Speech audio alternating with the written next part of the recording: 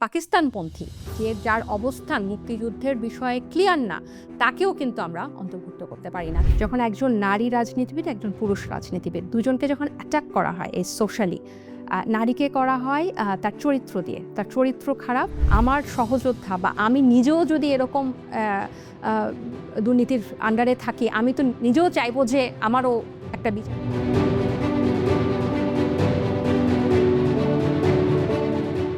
প্রতিদিন আমরা দেখি হাজারো তথ্য, হাজারো গল্প, হাজারো কথা, হাজারো ঘটনা এবং সেই ঘটনা নানা ন্যারেটিভ হাজির করে আমাদের সামনে। সেখান থেকে আমরা জানি বলা হয় স্বার্থ, জনস্বার্থ। জনস্বার্থের কথা বলেন যারা, যারা দেশের স্বার্থের কথা বলেন তা কতটাই আসলে জনদের স্বার্থে, দেশের স্বার্থে। আমি ফারহানা রহমান সেই প্রশ্ন রেখে গেলাম। পোস্ট থেকে হাজির হচ্ছি আপনাদের সামনে। খবর দেয়া নয়, খবর যে ন্যারেটিভ দেয়, সেই ন্যারেটিভ, সেই ব্যাখ্যা জানার চেষ্টা করব আমরা এখানে। আমাদের সাথে আজ আলোচনায় যুক্ত হচ্ছে জাতীয় নাগরিক পার্টির নতুন যে দলটি, সেই জাতীয় নাগরিক পার্টির যুগ্ম আহ্বায়ক ডক্টর তাসনুভা জাবির। তাসনুভা, স্বাগত জানাচ্ছি আপনাকে। অনেক ধন্যবাদ সময় দেওয়ার জন্য। ধন্যবাদ। তাসনুভা, শুরুতেই আলোচনা শুরু করতে চাই। নতুন ভাবে রাজনীতিতে রয়েছেন, রাজনীতিতে এসেছেন, চিকিৎসা পেশা ছেড়ে দিয়ে রাজনীতিতে জনস্বার্থে কাজ করতে চান। আহ, কোন জায়গায় কাজ করলে আপনার কাছে মনে হয় জনস্বার্থটা জনদের জন্য, জনস্বার্থের জন্য আপনি আসলে ভালো কাজ করতে পারবেন, রাজনীতিবিদ হিসেবে নাকি চিকিৎসক হিসেবে? আসলে দুটার মধ্যে আহ, খুব ডিপলি কানেক্টেড হলেও আহ, আমার কাছে মনে হয় যে রোলটা অনেকটা ডিফারেন্ট আর কি। ব্যাপারটা এমন না যে আমার খুব রাজনৈতিক আকাঙ্ক্ষা ছিল বা আমার কোনো প্ল্যান ছিল যে আমি চিকিৎসা পেশা ছেড়ে বা আমার নিজস্ব পরিসর ছেড়ে আমি রাজনীতিতে আসবো, এরকম কোনো চিন্তা আমার কখনো ছিল না। জুলাইয়ের পরে আসলে জুলাই আমার জীবনে খুব ডিপ একটা প্রভাব ফেলেছে। আমি বলব যে আমি অনেক কিছুকে নতুনভাবে চিন্তা করছি বা আমার মধ্যে একটা বোধ তৈরি হয়েছে। আম এবং আমার কাছে মনে হয়েছে যে জুলাইটা হয়েছেই আমরা অনেকে নীরব ছিলাম দেখে, এবং আমাদের এক ধরনের দায় আছে এটার মধ্যে। আমরা ১৫ বছর আমাদের আমরা সবকিছু মেনে নিয়েছি বা নরমালাইজ করে ফেলেছি। এত নৃশংস একটা হত্যাকাণ্ড পরে আমার কাছে মনে হয়েছে যে আমি যদি এখানে কোনো ধরনের কন্ট্রিবিউট করতে পারি, ওয়াই নট। এবং এই কন্ট্রিবিউশনটা হচ্ছে এই যে আপনি বললেন যে চিকিৎসক এবং পলিটিশিয়ান হিসেবে আমি একা যখন আমি কথাগুলা বলবো, যে জনগণের জন্য এটা করতে চাই বা জনগণকে নিয়েই এখন রাজনীতিটা হবে, সবসময় জনগণকে মাইনাস করে বাংলাদেশের রাজনীতি হয়েছে, তখন এই কথাটা অ্যাজ এ পার্সন কিন্তু মানুষের কাছে পৌঁছায় না বা ভ্যালুড হয় না। কিন্তু আমি যখন একজন তাদের প্রতিনিধিত্বকারী হিসেবে বলবো বা অনেকজনের ভয়েস হয়ে বলবো, বা সেই চেষ্টাটা করা যে অ্যাটলিস্ট যদি আমি কিছু কন্ট্রিবিউশন করতে পারি, সো সেই চিন্তা থেকেই কিন্তু এখানে যুক্ত হওয়া। যে আপনারা বলছেন যে মাঠে যাবেন, মাঠে যাওয়ার প্রস্তুতি আপনারা নিচ্ছেন, কিন্তু এরই মধ্যে এনসিপির বিরুদ্ধে নানা রকমের অভিযোগ আসছে। হুম। এর মধ্যে তদবির বাণিজ্য, হুম। এই অভিযোগ সবচেয়ে বেশি। শুরুই হলো না যে যাত্রা, সেখানেই আসলে শুরুতেই যদি এত অভিযোগ আসে, এই অভিযোগগুলো আসলে আপনারা কিভাবে দলগতভাবে আসলে এটা কিভাবে আপনারা মোকাবেলা করবেন? আ আমার কাছে মনে হয় কি যে এই অভিযোগগুলা আসছে, আসার প্রেক্ষিতে এটা আসলে আম গণমাধ্যমের এক ধরনের একটা দায়িত্ব বলে আমি মনে করি যে এগুলো প্রমাণসহ সবকিছু আমাদের সামনে তুলে দেওয়া। আমরা কিন্তু কোনো কিছু এড়ায় যাওয়ার জন্য বিগত রাজনৈতিক দলগুলোর টোনে কিন্তু আমরা কথা বলতে চাই না। আপনি যদি দেখান যে এই কাজ করেছে, এই প্রমাণ, এই সুপারিশ বা এই আ আ অনিয়ম করেছে, এভাবে কমিশন বাণিজ্য করেছে, তাহলে কিন্তু তার বিরুদ্ধে ব্যবস্থা নেওয়া হবে। ইনফ্যাক্ট এটা আমাদের জন্য একটা উপকারী হবে। যে আমিও জানবো যদি আমার সহযোদ্ধা বা আমি নিজেও যদি এরকম অ্যা আ দুর্নীতির আন্ডারে থাকি, আমি তো নিজেও চাইবো যে আমারও একটা বিচার হোক। কারণ এই ধারাটা চেঞ্জ করার জন্যই আমরা এখানে এসেছি। এটা কিন্তু আমাদের জন্যও সুবিধা হবে। মানে এটা যদি আসে, আমি তো মনে করব যে আমি আমার দল সম্পর্কে জানলাম যে আমার দল কি এরকম কোনো কিছু প্রশ্রয় দিচ্ছে কিনা। আমার সাথে যদি আদর্শগত যখন ঝামেলা হবে তখন তো আমার মনে করে যে আমার মতো অনেকেই চিন্তা করবে। আমরা তো এখানে একটা সুষ্ঠু রাজনীতি করতে এসেছি এবং যেটা আপনি একদম শুরুতে বলছিলেন যে জনস্বার্থেই কিন্তু এসেছি এবং আমার মনে হয় যে আমার মতো অনেক মানুষ এসেছে যাদেরকে হয়তো আপনারা পদ-পদবি নাই দেখে হয়তো ক্যামেরার সামনে দেখেন না। কিন্তু তাদের আন্তরিকতা, তাদের প্রাণশক্তি নতুন বাংলাদেশ নিয়ে অনেক বেশি। আমি তো আমার কলিগদের সাথে দেখি এখানে একদম প্রাণশক্তিতে ভরপুর একটা জনগোষ্ঠী কিন্তু রাজনীতিতে এসেছে। সো এগুলা যদি সত্যিকার অর্থে সব দুর্নীতির যদি অভিযোগ থাকে সেটা সামনে আসা উচিত। কিন্তু আমি মনে করব যে কোনো এক অজানা কারণে একটা নতুন রাজনৈতিক দল নিয়ে সবার মধ্যে এক ধরনের একটা ভীতি আমি লক্ষণ করছি। সবাই মুখে বলছে যে আপনারা স্বাগত, কিন্তু সবসময় এক ধরনের একটা ভীতি আমরা দেখছি যে আমরা যাই বলছি সেটার বিরোধিতা, মানে একদম হঠাৎ আউট অফ নোয়ার আমাদেরকে বিভিন্ন জায়গায় মানে অ্যাটাচ করা, এক ধরনের অপপ্রচার, প্রত্যেকটা সদস্যকে ধরে ধরে তার নামে দুর্নীতির অভিযোগ, তাকে সাইবার বুলিং করা। ইভেন কিছুদিন আগে গণপরিষদের ওনারা দেখলাম যে সংবাদ সম্মেলন করে দুজন ছাত্র উপদেষ্টার পদত্যাগ চাইলো স্পেসিফিকভাবে। ঠিক ওই দুইজন উপদেষ্টারই চাইলো যারা গণ অভ্যুত্থানে সরাসরি জড়িত ছিল। বাকি যেসব উপদেষ্টা গণ অভ্যুত্থানে জড়িত ছিল না তাদেরকে নিয়ে তাদের কোনো বক্তব্য নাই, বা স্বরাষ্ট্র উপদেষ্টার যে এত ধরনের ব্যর্থতা সেটার কেন তারা পদত্যাগ চাচ্ছে না, বা স্বাস্থ্য উপদেষ্টার যে অনেক ধরনের ঘাটতি আমরা দেখেছি বিগত দিনগুলোতে কেন সেগুলো নিয়ে তারা সমালোচনা করছে না, বরং যে দুজন উপদেষ্টা দিনরাত কাজ করছে এবং তারা গণ অভ্যুত্থানে প্রতিনিধিত্বকারী হিসেবে সরকারে আছে, শুধু তাদেরকেই কেন স্পেসিফিক্যালি টার্গেট করছে, এগুলোও তো আমাদের প্রশ্ন। এবং এনসিপি আসার পরে মানে একদম আত্মপ্রকাশের পর থেকে লাইন ধরে প্রত্যেকটা সদস্যকে, যেরকম আজকে কালকে এর নামে অপপ্রচার, এর নামে সাইবার বুলিং, এর নামে ট্রলিং, এর নামে দুর্নীতির অভিযোগ, আর আমাদের কাজই হচ্ছে এগুলোকে ডিফেন্ড করা। সো আমি দেখছি যে এক ধরনের ইনসিকিউরিটি এরও একটা ব্যাপার আছে আর কি বলে ইনসিকিউরিটিতে কারা? সাধারণ মানুষ, অন্য রাজনৈতিক দল? আমার মনে হয় না সাধারণ মানুষ। কেন মনে হয় না? কারণ আপনি জানেন রিসেন্টলি একটা সার্ভে হয়েছে ইনোভেশনে, বা অনেক জায়গায় এসেছে যে প্রায় 49% এর মতো, 29.4% মানুষ এখনো ডিসিশন নেয় নাই কাকে ভোট দিবে, এবং প্রায় অ্যারাউন্ড 49% এর মতো কিন্তু সুইঙ্গিং ভোট, তারা এখনো নির্ধারণ করতে পারে নাই যে কাকে ভোট দিবে। সো এটা কিন্তু একটা ধারণা দেয় আপনাকে যে জনসাধারণ তো এখনো বুঝেই নাই যে আমরা তো এখনো ওভাবে আমাদের কর্মসূচি দিয়ে আমাদের কথা বলা শুরু করিনি, আমাদের কাজ শুরু করিনি।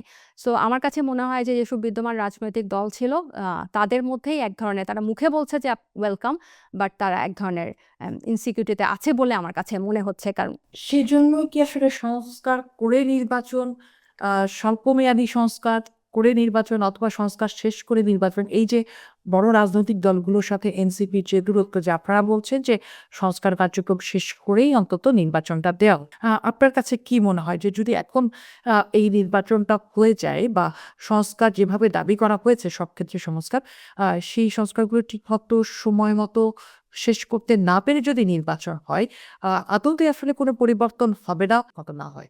অবশ্যই এটাই তো আমাদের আশঙ্কা। আর এই সংস্কারগুলো যে শুধু আমাদের নিজেদের দলের জন্য তা না, পোট্রে করা হচ্ছে এভাবে যে সংস্কারগুলো হলে ওদের উপকার হবে। It's not like that. আপনি পরপর ৩টা জাতীয় নির্বাচন কিন্তু একদমই ভুয়া ছিল, এবং আমরা দেখেছি যে এই ৩টা ভোটের মাধ্যমেই কিন্তু, নির্বাচনের মাধ্যমেই, নামকাওয়াস্তে ছিল নির্বাচন, কিন্তু এটার মাধ্যমেই কিন্তু একটা অনির্বাচিত সরকার সফলভাবে টিকেছিল। সো আমাদের এখন এই বলার জায়গাটা হচ্ছে সংস্কারগুলা হলে নির্বাচন ব্যবস্থাটার পরিবর্তন হবে। নির্বাচন কমিশনের সংস্কার দরকার, জনপ্রশাসনের সংস্কার দরকার, পুলিশের সংস্কার দরকার, যারা এই নির্বাচনটার সাথে জড়িত, এই নির্বাচন ব্যবস্থাটার প্রতি জড়িত।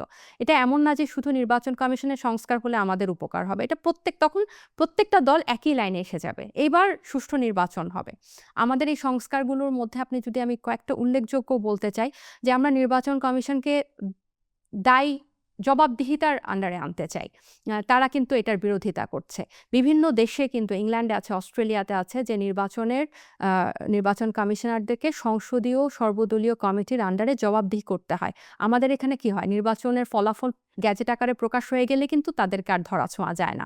তো আমরা বলছি যে মানে আমরা বলতে সংস্কারে যেটা আছে, সুপারিশে যেটা আছে, সেখানে আছে যে যদি আপনি ৪৮ ঘন্টার আগে নির্বাচনের সুষ্ঠুতা, স্বচ্ছতা, গ্রহণযোগ্যতা, বিশ্বাসযোগ্যতা নিয়ে আপনি একটা গণবিজ্ঞপ্তি দিবেন গেজেটের আগে। কারণ গেজেট হয়ে গেলে তো তারা সব দোষ রিটার্নিং অফিসারকে দিয়ে দেয়, তারা কিন্তু তারা বলছে যে না, আমরা তো সংবিধানের আন্ডারে শপথ নিয়েছি, আমরা সংবিধানের আন্ডারে আমাদের হবে এবং মেয়াদ পরবর্তী আমাদেরকে বিচার ওই সুপ্রিম জুডিশিয়াল কাউন্সিলের আন্ডারে হবে। সো এই যে পরিবর্তন, তারপর পুলিশ এই প্রশাসনকে ব্যবহার করেই তো তারাই তো নির্বাচনটাকে ম্যানিপুলেট করেছে, এখানে তো ওটা দিনের আলোর মতো পরিষ্কার।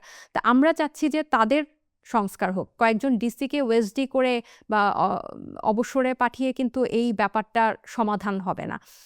আপনি কিন্তু দেখেন যে ডিসি নিয়োগ পরীক্ষায় কিন্তু এবার 49% অ্যাবসেন্ট ছিল। কেন? যেহেতু ক্ষমতা তাদেরকে জবাবদিহিতার অধীনে আনা হচ্ছে এবং তাদের ক্ষমতা কাট আউট করা হচ্ছে, এখন তারা ডিসির মতো একটা লোভনীয় পোস্টে কিন্তু তারা আগ্রহ পাচ্ছে না। তাহলে এখন কিন্তু আমাদের যেহেতু রাজনৈতিক সংস্কৃতিই ছিল যে পুলিশ আর প্রশাসন একটা রাজনৈতিক দলের অধীনে থাকবে, এটাই তাদের মানে মন মগজে ধরা ছিল যে এতদিন আওয়ামী লীগ ছিল ফাইন, এখন আওয়ামী লীগ লাইন না, এখন বিএনপি বা জামাত। সো এই দুটাতেই কিন্তু তাদের মন আর মগজ স্ট্রিক্ট ছিল এতদিন, এভাবেই তাদের ব্রেইন ওয়াশ করা। সো তারা এখন স্বাভাবিকভাবে অন্য রাজনৈতিক দলের অধীনে যেতে হবে। কিন্তু আমরা চাচ্ছি যে আপনারা কোনো রাজনৈতিক দলের অধীনে যাবেন না, আপনারা নিরপেক্ষ থেকে নির্বাচনটা পরিচালনা করেন। সো এই জিনিসগুলোর মিনিমাম সংস্কার না হলে, আমরা বলছি না যে স্বল্প এবং দীর্ঘমেয়াদী, যেটা বলছি স্বল্পমেয়াদীগুলো কিন্তু এই সরকারই করে ফেলতে পারে, মধ্যম যেগুলো এই সরকারই করে ফেলতে পারে, যেটা দীর্ঘ সেটা পরবর্তীতে নির্বাচিত সরকার এসে করবে। কিন্তু এই সংস্কারগুলোকে একটা লিগ্যাল ফ্রেমওয়ার্কের মধ্যে রাখতে হবে, যাতে পরবর্তীতে নির্বাচিত সরকার বাধ্য থাকেন এগুলা বাস্তবায়ন করতে। সেক্ষেত্রে যে সময়টা দেওয়া হচ্ছে যে ডিসেম্বরের মধ্যে আসলে এই সংস্কার কার্যক্রম শেষ করতে হবে, আপনার কাছে কি মনে হয় যে আসলে এই সময়ের মধ্যে সেটা শেষ করা সম্ভব হবে, যে চাপটা তৈরি করা হচ্ছে সরকারের উপরে? যদি রাজনৈতিক দলগুলো সদিচ্ছা থাকে অবশ্যই সম্ভব হবে। আমরা কিন্তু নির্বাচনের সময় নিয়ে খুব বেশি যে আমাদের পীড়াপিড়ি আছে তা না। পুরো সংস্কার শেষ করেই আসলে মোটামুটি একটা সংস্কার শেষ করেই আসলে নির্বাচনটা প্রয়োজন বা আইন করেছেন। সেটি সমালোচনা আমরা গণমাধ্যমে দেখেছি। আমরা দেখেছি নুরুল কবির কথা বলেছেন এই বিষয়টি নিয়ে। তিনি বলেছেন যে নাইটকে আসলে আম এই নির্বাচন পেছানোর জন্য চেষ্টা করছেন। আপনার কাছে কি মনে হয় কোন চেষ্টা কি আসলে আপনার দল থেকে আসছে? একদমই না। এটা নিয়ে আমরা সবসময় বলি যে নির্বাচন পেছানোর কোনো ষড়যন্ত্র বা কোনো আ ইচ্ছা আকাঙ্ক্ষা আমাদের নাই। আমাদের যে তীব্রভাবে আমাদের যে ইচ্ছা যে আপনারা নির্বাচন ব্যবস্থাটা, নির্বাচন প্রক্রিয়াটা আপনারা স্বচ্ছ করেন। বিগত দিনে যেভাবে নির্বাচন হয়ে আসছে, এই দফা যাতে এভাবে নির্বাচন না হয়। যেভাবে এই যে সমালোচনাগুলো করে আমাদের বিভিন্ন বক্তব্যকে অন্যভাবে যেভাবে পেশ করে সংস্কার আর নির্বাচনকে মুখোমুখি করা হচ্ছে, আমরা বুঝাতে চাচ্ছি যে নির্বাচন আর সংস্কার মুখোমুখি না, নির্বাচন সংস্কার একই সাইডে। সংস্কারগুলোর আউটকাম হিসেবেই নির্বাচন আসবে। নির্বাচন অবধারিত, মানে এটাই সংস্কারগুলো হয়েই কোথায় যাবে? নির্বাচনেই যাবে। আমরা কিন্তু মানে সংস্কার না হলে নির্বাচন হবে, এর দুটোকে মুখোমুখি করা হয়েছে আমাদের বিভিন্ন কথাকে ম্যানিপুলেট করে। ব্যাপারটা কিন্তু একেবারেই এরকম না। এবং এই সংস্কার সুপারিশগুলোর ব্যাপারে যদি একটা জাতীয় ঐক্যমত্য তৈরি হয়, তাহলে নির্ধারিত সময়েই কিন্তু নির্বাচন হবে। এই যে বিএনপির পক্ষ থেকে একটি ন্যূনতম সংস্কারের কথা বলা হচ্ছে। আপনার কি মনে হয় যে এটা আসলে এক ধরনের আইওয়াশ সংস্কারের কথা বলা হচ্ছে? যে কারণ এই সময়ের মধ্যে আসলে ন্যূনতম সংস্কার তো সম্ভব না। কিন্তু যেহেতু একটা জনদাবি সংস্কারের, সেক্ষেত্রে আমি একটুখানি সংস্কার বললাম, একটুখানি আবার আগের ফর্মে থাকলাম। এই ধরনের একটা চেষ্টা কি আসলে কোনো রাজনৈতিক দলের মধ্যে দেখতে পাচ্ছেন? ওনারা তো প্রত্যেকটা সংস্কার, যে ১৬৬টা সুপারিশ আছে, প্রত্যেকটা নিয়ে কিন্তু আলাদাভাবে কোনো কথা বলছেন না। ওনারা গড়পড়তা বলছেন যে এই সংস্কার এক নির্বাচিত সরকার এসে করবেন। এবং আমরা যেটা বলতে চাচ্ছি যে আপনারা স্পেসিফিক প্রত্যেকটা এজেন্ডা ধরে কথা বলেন যে এটাতে আমরা এটা চাই, এই সুপারিশের প্রেক্ষিতে আমরা এটাতে একমত, বা এই সুপারিশের প্রেক্ষিতে আমরা একমত না, এটা এভাবে হতে হবে। সো এটা ডিসকাশনের মধ্যে হোক। এটা না করে ওনারা গড়পড়তা বলছেন যে আমরা এটা মানি না, ওনাদের হাতের কলমের সংস্কার আমরা মেনে নিব না, আমরা গিয়ে সেটা সংশোধন করব। কিন্তু আপনি তারপরে এখানে ষড়যন্ত্রের গন্ধ পাচ্ছেন। আপনি জানেন যে কিছুদিন আগে জাতিসংঘের মহাসচিব যখন বাংলাদেশে এসেছিলেন, উনি কিন্তু বাংলাদেশে গণতান্ত্রিক একটা উত্তরণ এবং এই সংস্কার প্রক্রিয়ার প্রতি কিন্তু গভীর আগ্রহ দেখিয়েছেন। এবং তাহলে কি জাতিসংঘ ষড়যন্ত্র করছে যে নির্বাচনের বিপক্ষে? এবং ওখান থেকে বের হয়ে এসে মিটিং থেকে বের হয়ে এসে জনাব মির্জা ফখরুল ইসলাম আলমগীর বলেছেন যে কেন এই বৈঠক উনি বোঝেন নাই। তারপর জনাব মির্জা আব্বাস বলেছেন যে এই যে হাতের কলমের সংস্কার আমরা মানব না, আমরা গিয়ে পরে সংশোধন করব। তাহলে এই যে কথাগুলোর মধ্যেই কিন্তু পরিষ্কার যে ওনারা নির্বাচনটাই চাচ্ছে, ওনারা বারবার নির্বাচনের রোড ম্যাপ চাচ্ছেন, হ্যাঁ, যে কখন কি কি ডেটে এত তারিখের মধ্যে এটা হয়ে যাবে, অত তারিখের মধ্যে ওটা হয়ে যাবে, এরপর নির্বাচনের ডেট। আমরা চাচ্ছি এই যে আপনারা সংস্কারের রোড ম্যাপটা দেন, সংস্কারের এই যে এত এটার মধ্যে এটা হয়ে যাবে। এবং বারবার আমি বলছি এটা সময় না, এটা সদিচ্ছার দরকার। আমরা বারবার এটা বলছি যে সময় যদি লাগতো তাহলে তো ওই ৩৬ দিনের সময়ের প্রশ্ন, ৩৬ দিনে তো হাসিনাকে ফেলা যেত না। সদিচ্ছা ছিল দেখেই তো ৩৬ দিনে এটা সম্ভব হয়েছে। আরেকটি সমালোচনা আপনাদের নিয়ে, সেটি হচ্ছে যে গণপরিষদ নির্বাচন। আমি যদি জনাব সালাউদ্দিনের মন্তব্যটা একটু শুনে পড়ি যে তিনি বলেছেন যে যদি সংবিধান সংশোধন প্রস্তাব তারা দিয়ে থাকে তার জন্য গণপরিষদ নয়, সংসদ দরকার। সংসদ এবং গণপরিষদ নির্বাচন একই সঙ্গে হতে পারে, এটা তাদের দলের প্রধানের সাক্ষাৎকারে দেখলাম। জাতীয় সংসদের সদস্য হবে একজন, গণপরিষদ সদস্য হবে একজন। এরা দুজন আলাদা হবে নাকি একজনই হবে সেটি আসলে বোঝা যাচ্ছে না। কারণ সংসদ যদি একটাই হয় তাহলে দুজন আলাদা কি করে হবে? নিয়মটা হচ্ছে বা আমাদের বলাটা হচ্ছে, আমাদের চাওয়াটা হচ্ছে যে গণপরিষদ নির্বাচন হবে। গণপরিষদ নির্বাচন একটা সংবিধান প্রণয়ন করবে একটা নির্দিষ্ট সময়ের মধ্যে, ১২০ দিন বা ১৪০ দিন।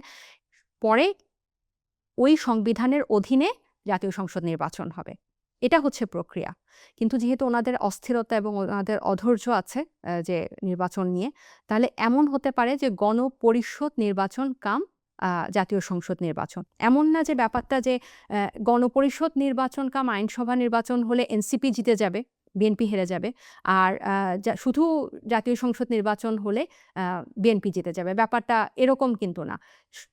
গণপরিষদটাও কিন্তু এক জাতীয় নির্বাচন, ওখানেও নির্বাচিত হয়ে আসতে হবে। আর আরেকটা যেটা যে ওনারা যে সংশয়টা প্রকাশ করছেন যে আমরা কোনো ষড়যন্ত্র করছি বা ওনারা বুঝছেন না, আমরা যেটা বলবো যে আপনারা একটু বোঝার চেষ্টা করেন। আমার প্রশ্নটা এই জায়গাটিতে যে আ খুব কম মানুষ আসলে আ এই নতুন চর্চাটি বোঝেন যে জামাত মানেই আসলে পাকিস্তানপন্থী কিনা, আ জামাত মানেই আসলে বাংলাদেশের স্বাধীনতা বিরোধী কিনা। মোটা দাগে আমরা সবাই বুঝি যে জামাত মানেই আসলে বাংলাদেশের স্বাধীনতা বিরোধী। এই ধরনের একটি চিন্তা নিয়ে নতুন রাজনৈতিক দল হিসেবে আপনারা কি আসলে কোনো ধরনের কন্ট্রাডিক্টরি জায়গায় দাঁড়িয়ে পড়ছেন কিনা? একেবারেই না। আমাদের বক্তব্য একেবারে স্পষ্ট। দ্য ডেমোক্রেটকে দেওয়া একটা সাক্ষাৎকারে জনাব নাহিদ ইসলাম কিন্তু বলেছেন যে, জামাত, বিএনপি বা ছাত্র জনতা কিন্তু হাসিনার বিপক্ষে একসাথে দাঁড়িয়েছিল। কিন্তু তাই বলে যে তাদের মধ্যে ঘনিষ্ঠ আছে বা তারা এক, ব্যাপারটা একেবারেই না। এখানে ডানপন্থী, বামপন্থী, এক্স শিবির, ছাত্র ফেডারেশন, ছাত্র ইউনিয়ন, ডাকসু করা অনেকে এখানে জমায়েত হয়েছিল এবং সবাই ছিল বাংলাদেশপন্থী। এবং জামাত ইসলামকে নিয়ে আমি যদি বলি যে তাদেরকে আ ৭১-এর বিষয়ে তাদের অবস্থান পরিষ্কার করতে হবে। এবং যারা তাদের অবস্থান পরিষ্কার করেছেন এবং যারা এই যে যেটা মাহফুজ বলেছেন, এবং এটার সাথে কিন্তু আপনার এই পূর্ববর্তী ট্যাগিং এর রাজনীতির কিন্তু আমি যদি সংযোগ করি, আমরা ট্যাগিং এর রাজনীতিতে চাচ্ছি না। যারা বাংলাদেশপন্থী তাদেরকে শুধু আ বিগত সরকারের মতো যে বিগত হাসিনার মতো যে শুধু জামাত শিবির ট্যাগিং দিয়ে তাদেরকে যে বাংলাদেশ থেকে দূরে করা, তাদেরকে একঘরে করা, তাদের উপর জুলুম নির্যাতন, এটার বিপক্ষে আমরা যেমন, তেমনি হচ্ছে যে পাকিস্তানপন্থী, যে যার অবস্থান মুক্তিযুদ্ধের বিষয়ে ক্লিয়ার না, তাকেও কিন্তু আমরা অন্তর্ভুক্ত করতে পারি না। কারণ হচ্ছে এটা একেবারে স্পষ্ট যে মুক্তিযুদ্ধের সময় যারা দোসর ছিল বা তাদের দল হিসেবে, সংগঠন হিসেবে তাদের যে দায়, সেটা তাদেরকে সেটা তারা এড়াতে পারে না। এনসিপিতে এখন যারা জামাতপন্থী রয়েছে তারা আসলে বাংলাদেশে বিশ্বাসী জামাত। এবং তারা তাদের মানে তাই তো? সেটা শুদ্ধি করেই তো তারা এখানে এসেছে। হ্যাঁ? এবং তারা যারা আমাদের সাথে যুক্ত হয়েছে, আমরা যখন নতুন রাজনৈতিক প্ল্যাটফর্ম তৈরি করি বা পরের পার্টি করি, তাদের সবার মধ্যেই তাদের কথাবার্তায়, তাদের লেখায় তারা বারবার এই মুক্তিযুদ্ধকে মেনে নিয়েছে এবং তারা কিন্তু অনেকের জন্ম কিন্তু তার অনেক পরে, মুক্তিযুদ্ধের অনেক পরে। কিন্তু সংগঠন হিসেবে বা তারা দল হিসেবে তাদের যে দায়, সেটা থেকে তারা মুক্ত হয়েই কিন্তু তারা পরবর্তী বাংলাদেশ, তাদেরও অধিকার আছে বাংলাদেশ নিয়ে কাজ করার, তাদেরও অধিকার আছে বাংলাদেশকে ভালোবাসার এবং দেশ গঠনে কাজ করা। তাদেরকে তো আমরা সেই অধিকার থেকে বঞ্চিত করতে পারি না। সো এই ট্যাগিং এর রাজনীতি থেকে যদি আপনাকে বের হয়ে আসতে হয়, এই বুদ্ধিভিত্তিক চিন্তা দিয়েই কিন্তু বের হয়ে আসতে হবে এবং সেটা চর্চাই আমরা করছি। সেক্ষেত্রে এই আপনার জায়গায় তো বের হয়ে আসলো বাস্তবতা যে হ্যাঁ, আমি বাংলাদেশপন্থী। কিন্তু জামায়াতের যে চর্চা বা যেভাবে আসলে যে ট্রেনিংটা দিয়ে তারা আসলে বড় করছে এবং শেষ পর্যন্ত জামাত যে নীতিতে চলে, আহ, সেখান থেকে প্রশিক্ষিত একটি ছেলে বা মেয়ে আসলে কিভাবে মধ্যপন্থার রাজনীতি করবে এনসিপির সাথে?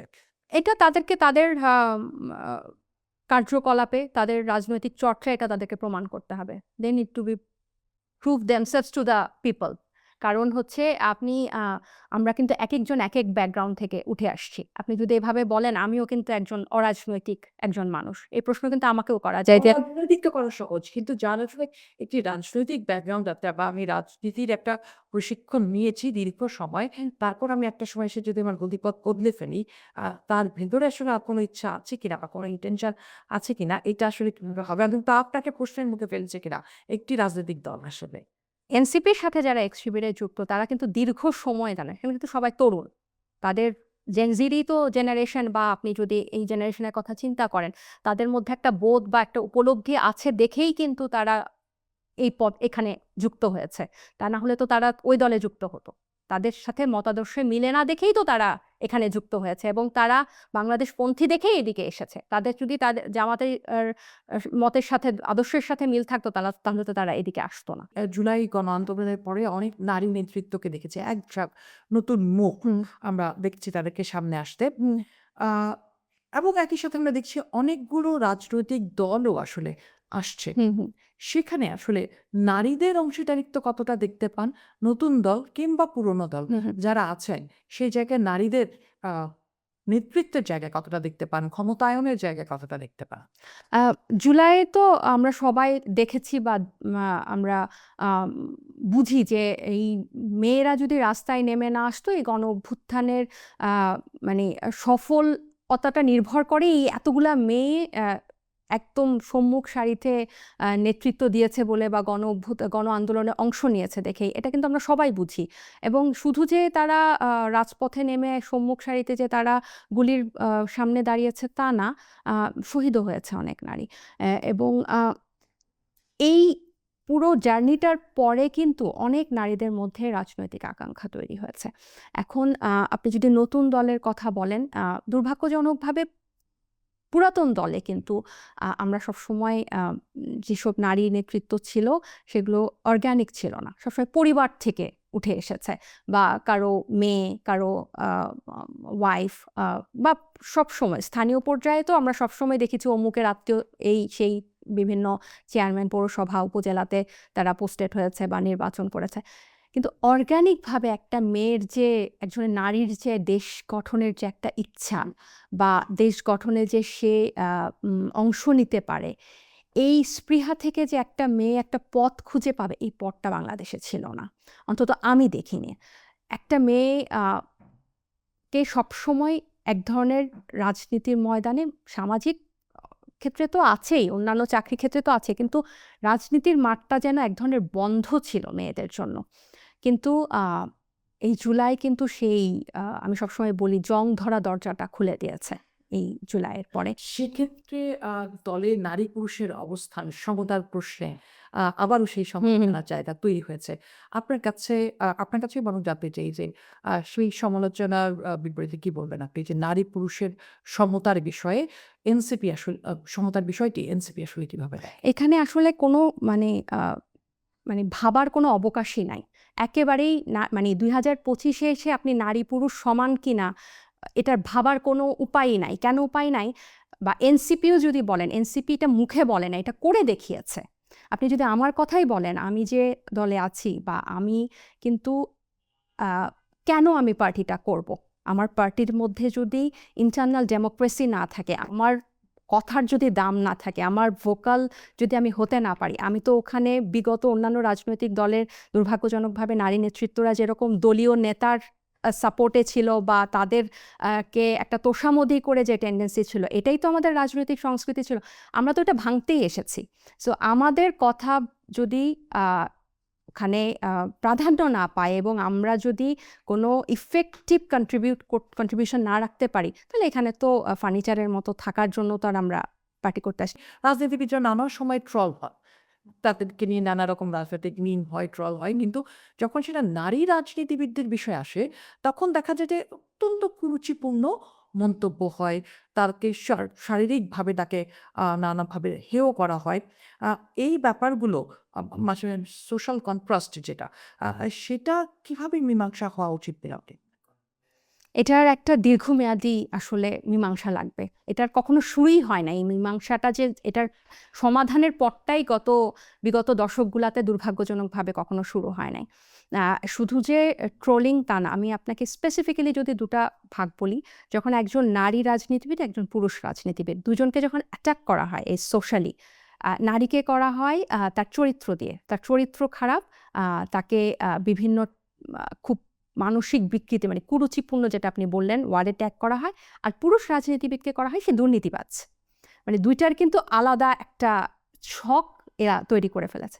সো আমাদের লড়াইটা আসলে ২ টার বিরুদ্ধেই। যে আপনি যখন কাউকে দুর্নীতিবাজ বলবেন, সেটা আপনি প্রমাণ দিয়ে বলবেন। আপনার কাছে এই প্রমাণ আছে যে সোশ্যাল মিডিয়াতে এক ধরনের একটা গুজব, অপপ্রচার ছেড়ে দিলাম যে অমুক দুর্নীতিবাজ, সেটাতে কিন্তু মানুষের মানে এক ধরনের হেয় করার জন্যই এটা। এটা কিন্তু কোনো বিশুদ্ধ রাজনীতির চর্চা না। আর সেইম ভাবে আপনি যখন একজন নারীকে আপনি আম আঘাত করবেন, তখন কিন্তু তাকে দুর্নীতি দিয়ে করবেন না। তখন বলবেন যে ওর চরিত্র খারাপ। আপনি যদি কোনোভাবে আপনি এটা এস্টাবলিশ করতে পারেন যে তার চরিত্র খারাপ, কোনোভাবে যদি আপনি এটা এস্টাবলিশ করতে পারেন, সেই ক্ষেত্রে কিন্তু বাস শেষ। মানে আপনার কাছে মনে হয় যে ওর আর সমাজে কোনো গ্রহণযোগ্যতা নাই। কিন্তু এটার মীমাংসাটা আমার কাছে মনে হয় কি, এই জিনিসগুলা না এখন নারীদেরকে আরো স্ট্রং করে। আমি পার্সোনালি বলব যে আমাকে যখন কেউ বলে এভাবে অ্যাটাক করে, ইট মেক মি স্ট্রঙ্গার। যে আমরা এটা হ্যাঁ, তুমি এটা বলেছ, ওকে, ফাইন। চরিত্র খারাপ। এটা নিয়েই আমি এরপর আগাবো। নাও নেক্সট হোয়াট? সো এই মনোভাবটা যখন আপনার সবার মধ্যে এসে যাবে না, ওই যে বলে না যে আম আ কারেজ ইজ অলসো কন্টেজিয়াস। হ্যাঁ? আমি যখন দেখাতে পারবো, এক্সাম্পল সেট করতে পারবো যে look, I was said this but I overcome it and আমি এটা করে আমি এগিয়ে যাচ্ছি। তখন আর ১০ টা নারী, ৫ টা নারী, ইভেন একটা নারীও কিন্তু এটাতে বলবে যে হ্যাঁ, সে তো এটাকে করছে না এবং তার এগেইনস্ট এ কিন্তু কোনো এ ধরনের অ্যালিগেশন নাই। আর এই যে আপনি শুরুতে যেটা বললেন না, কেন এখানে এসেছি? এইটার জন্যই এখানে এসেছি। আমার কাছে মনে হচ্ছে যে আমি এট লিস্ট এই এক্সাম্পলটা যদি সেট করতে পারি যে এগুলা কিন্তু পুরো বিশ্বে সব জায়গায় আছে এবং আমাদের যেহেতু শিক্ষার হারটা একটু কম এবং আমরা যেহেতু আ একটু দুর্বল, জাতিগতভাবে দুর্বলতা আছে, এজন্য আমরা হয়তো এটাতে বেশি আক্রান্ত হলেন। এটা খুব দুর্ভাগ্যজনক। তার মানে একটা বড় পরিবর্তনের কথা তো বলছেন এবং আপনাদের নতুন রাজনীতি তো পরিবর্তনের কথা বলেই এসছেন। আ আপনার কাছে বরং এটা একটু জানতে চাই যে এই মুহূর্তে আমরা যেটা দেখছি যে আপনারা নতুনের কথা বলছেন, নতুন রাজনীতির কথা বলছেন। কিন্তু পুরনো ধারণা থেকে কি বেরোতে পেরেছেন? মগজের পরিবর্তন কি হয়েছে? নাকি আ এখনো যারা নেতারা যারা রাজনীতি করতে চাচ্ছেন নতুন দলেরই হোক, এখনো পুরনো ধ্যান ধারণাতেই আছেন। সেই ট্যাগিং কিন্তু আমরা এখনো দেখতে পাই। আওয়ামী লীগ তো ছিল এই ট্যাগিং এর রাজনীতির আমি বলব মহা আবিষ্কারক এবং জনক সফল চাষ তারা এটার করেছে এবং তারা যে ১৫ বছর যে কয়েকটা টুলের উপর দাঁড়িয়েছিল সফলতার সাথে, তার মধ্যে অন্যতম হচ্ছে এই ট্যাগিং এর রাজনীতি। সো এটা থেকে কিন্তু সময়টা কিন্তু খুব বেশি না, ৭ মাস হলো। সো এটা থেকেই মনে করে যে এভাবে কিন্তু আপনার প্রতিপক্ষকে ঘায়েল করা যায়। সো এটার টেনডেন্সি যে আপনি বললেন মগজের পরিবর্তন, এটা রাতারাতি আসবে না।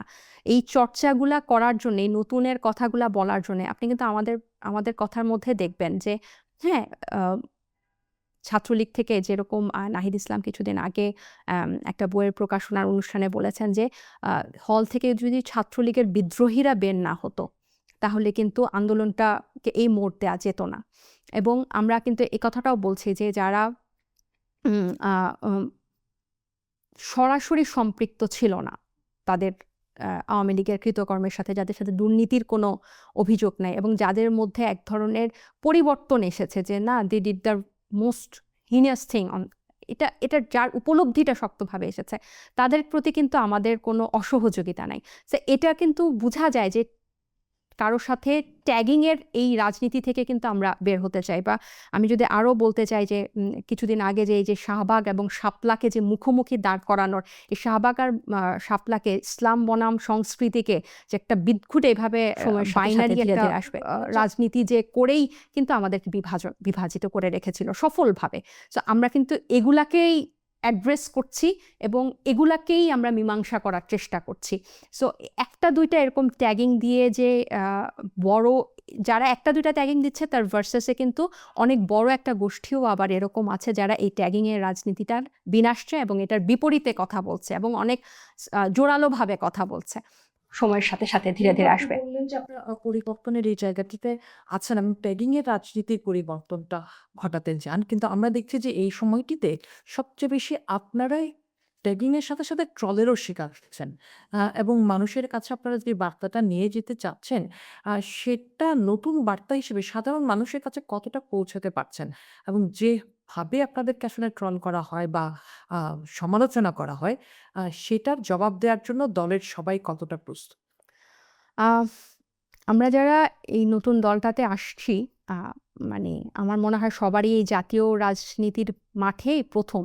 সবাই আগে ছাত্র রাজনীতিতে যুক্ত থাকলেও জাতীয় পর্যায়ে রাজনীতি করার অভিজ্ঞতা আমাদের সবারই আহ, কম বেশি নতুন। কিন্তু একে তো গণ অভ্যুত্থানের পরবর্তী একটা রাজনৈতিক দল এবং অনেকগুলা চ্যালেঞ্জ সামনে রেখে কিন্তু আমরা মাঠে আসছি।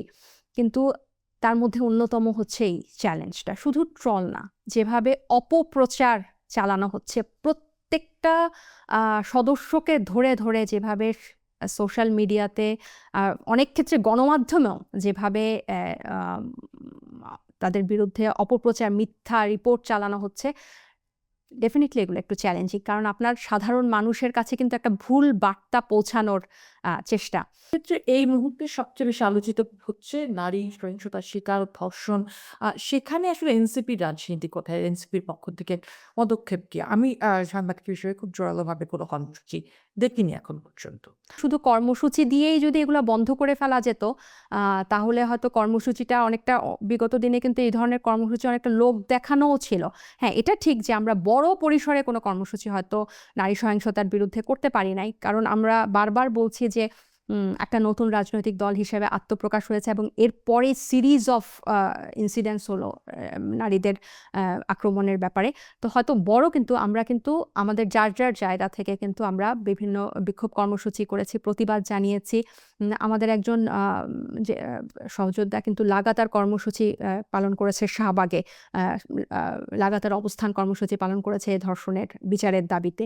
এবং এই ধর্ষণগুলোর আমাদের দাবির মুখেই কিন্তু আপনার সবার জনগণের পুরো বাংলাদেশের সাথেই কিন্তু আমরা সংহতি প্রকাশ করেছি এবং তার প্রেক্ষিতেই কিন্তু সরকার অনেকগুলো পদক্ষেপ নিল, যেটা এবং এটার ফলো আপও কিন্তু আমরা করব। আমরা যখন সামনে মাঠে যাব, যখন যে আসলে ঘটনা হবে তখনই ওটা নিয়ে আমরা মুখরিত হয়ে গেলাম এবং কর্মসূচি দিলাম, পরবর্তীতে এটা নিয়ে কথা বললাম না, আমরা কিন্তু এটা হতে দিব না। আমরা কিন্তু পরবর্তীতে এটা ফলো আপ করবো যে এটা কতটুকু কি হচ্ছে এবং বিচারগুলো কি হচ্ছে। আমি ফারহানা রহমান সেই প্রশ্ন রেখেই যাচ্ছি যে নতুন যে রাজনৈতিক দল আসলো সামনের দিনে আসলে তারা কতটা স্বচ্ছতার সাথে আমাদের সামনে থাকবেন, যে স্বপ্ন দেখাচ্ছে নতুন রাজনৈতিক দল, যে জনগণের স্বার্থে কথা বলছে, সেই স্বার্থ আসলে তারা কতটা পূরণ করতে পারবে, স্বপ্ন যা দেখাচ্ছেন সেই দরজা পর্যন্ত তা আমাদেরকে পৌঁছাতে পারবেন কিনা।